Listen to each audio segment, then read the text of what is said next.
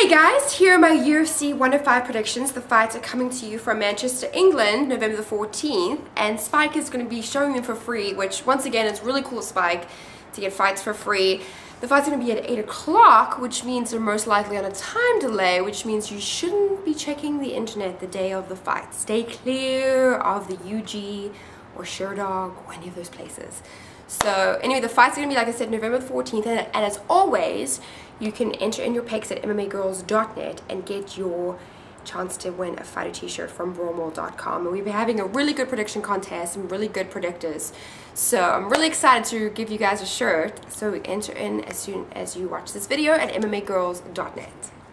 First prediction is Randy Couture versus Vera. Now Randy is coming off a decision loss to Big Nog, and I mean it was a phenomenal fight. You know, Big Nog edged out Randy and deservingly so, you know, won the fight.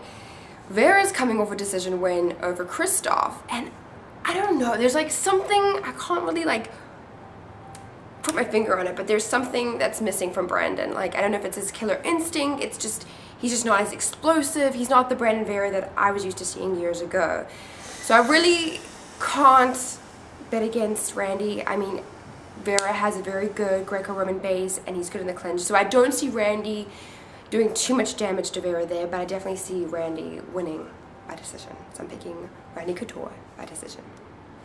Next prediction is Mike Swick versus Dan Hardy, and Mike could be up for a title shot after this fight. He just has to get through Hardy.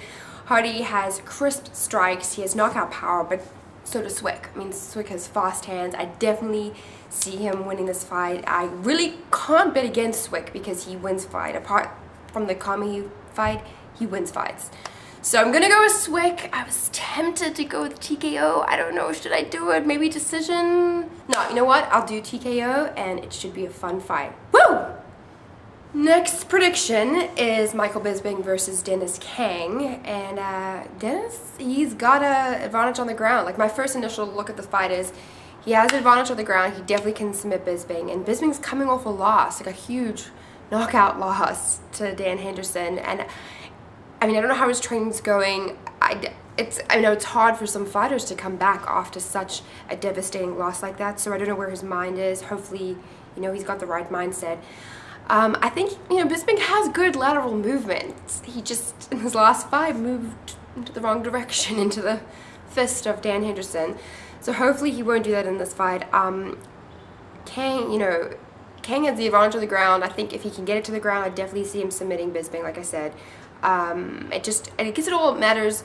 It all depends if Bisping can, if he gets taken down, if he can get back up. And I don't know, I'm just kind of hesitant to pick Bisping, but I'm gonna pick Bisping by decision. I think he's gonna outpoint Kang. We'll see. Should be a good fight. Next prediction is James Wilks versus Matt Brown, and James is the Ultimate Fighter winner, and he has a rough fight ahead of him with Matt Brown. I actually don't like this matchup for him. Matt is a tough guy, he has knockout power, and lately he's been showing that he can stay out of submissions. I'm sure James is fully prepared for this fight and is training, you know, accordingly, but I'm gonna have to go with Matt Brown by TKO because that's what he does. So Matt Brown TKO. Last prediction is Ross Pearson versus Aaron Riley, and I'm not intentionally trying not to pick Ultimate fighters.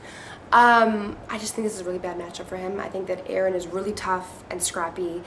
Pearson, you know, showed good wrestling and takedown, so I mean, if he uses that game plan, I can definitely see him winning by decision, but I'm gonna go with Aaron by decision. I think that he seems to always drag his opponents into this kind of all-out brawl, and I see that happening in this fight, so I'm gonna go with Aaron by decision, but Pearson could get a decision of his own if he gets it to the ground, but going with Aaron by decision, like I said 1,000 times.